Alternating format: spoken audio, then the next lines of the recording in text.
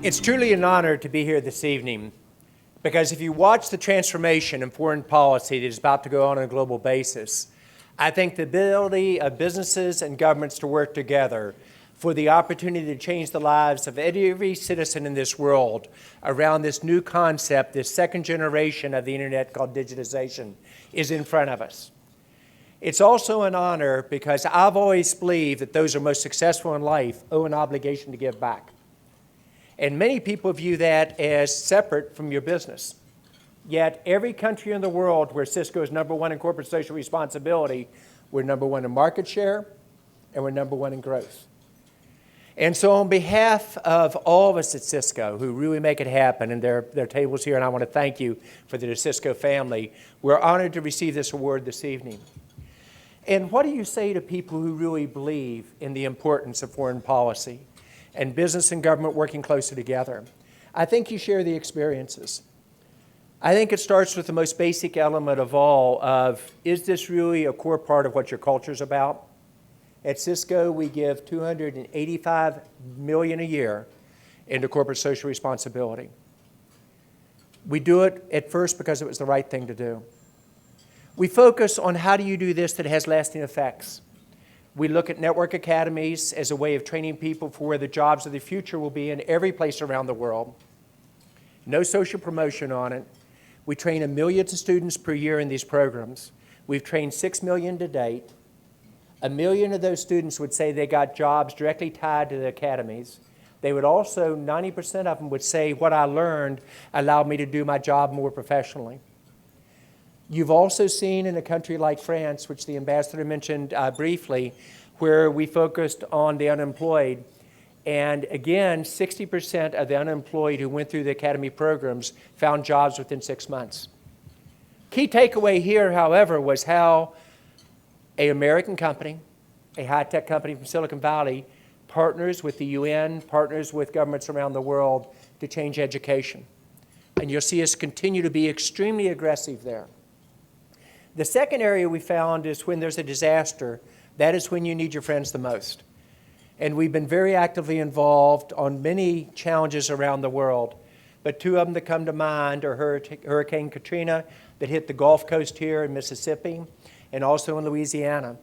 And instead of going in and just looking at how do you get back to where you were, we went in and said, how do you transform education in those states, and work with the governors in both states and very carefully selected the right superintendents to say, how do you transform education in a very poor part of our country?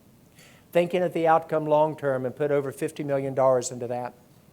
With the terrible earthquake that occurred in Sichuan province in China, and we were invited in as partners with the State Department. Bob is here, that was a key integral role in that, and others. But in that environment, what happened was where the earthquake occurred, the deaths were in the over 100,000 people, but the serious illnesses were much more, and the whole healthcare system collapsed because of a hierarchy approach. We went in partnership with 193 other companies, again put in over 50 million. We said, how do you redo the healthcare system? How do you change the education for where the future will be? Fast forward to today, and the programs that we put in place in 32 hospitals in partnerships with others covers 285,000 patients per month. It's the ability to dream what is possible through partnerships, public-private capability with your peers, NGOs, etc. The same type of approach in terms of a dream that I still believe is capable of finding peace in the Middle East. But to do that, you have to create a middle class. And the middle class is about job creation. And you have to say, how do you do that where a country can watch out for itself? Heavily involved in Jordan and aircraft. Yes, I did fly the Black Hawk at King Abdullah of Jordan. His security guys wouldn't let me fly it when he was on it, however. But in Jordan, we did a healthcare system and an education system that changed the lives of a number of Jordanians throughout their country. In Palestine, for those who believe that you cannot play a role with government and citizens just want a chance to participate, we took the GDP together with the leadership of President Abbas in Palestine, 0.5% being information communication technology, to in 3 years, 6.5%. Job creation. It is the ability to think out of the box for how you can make a difference. And also as you do this in other areas such as healthcare, such as the ability to do it on giving back on hunger relief, etc., you also get your employees to really care. And so as you think about this going forward, we are about to make a fundamental change. The ambassador referred to it earlier. If you think about the effect of the network, the internet, it has had tremendous impact over the last 20 years. It's gone from 1,000 devices connected to it to 14 billion today to 500 billion connected in 15 years. That will transform every industry, every country, every city, every business, every house in the world. And for the first time, you can seriously change the income, the education, the health care of every citizen in that world. Israel was the first one to be a digital nation. And you'll see us announce with the Prime Minister later this month in June, about the next generation of what we will do together in Israel. Changing GDP by 1 to 3 points, creation of 450,000 jobs in a country with 7.5 million people, the ability to do a startup nation and take it to the next level, smart cities, security. France, an area where many of us would say is a great place to visit, but you probably wouldn't put your jobs there or startups. And a socialistic government, and President Hollande is changing that. He had the vision, much like President Clinton did during the 90s, about what the role of the internet would be to the future, where you saw the U.S. create 22.5 million jobs, 18% growth in real GDP, 17% growth in real per capita income. The last time Americans got a raise was in the 90s, and that's part of our political issue today. But the President of France understood what companies in technology could do working together with governments, and had the courage to do something his country would never consider, a strategic partnership to say, how do we change a country? What was the #1 startup country in Europe in January and February venture capital investment for the first time ever? It was France. But perhaps the country that I'm most excited about is what Prime Minister Modi is doing in India with 1.3 billion people.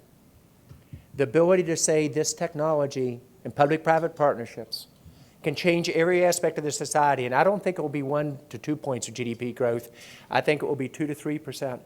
And I think you'll see India go above the 10% GDP growth unless the world has a bigger problem. And to do that in a democracy, not where it's just 2 or 3 states out of the top 30, but the entire country participates.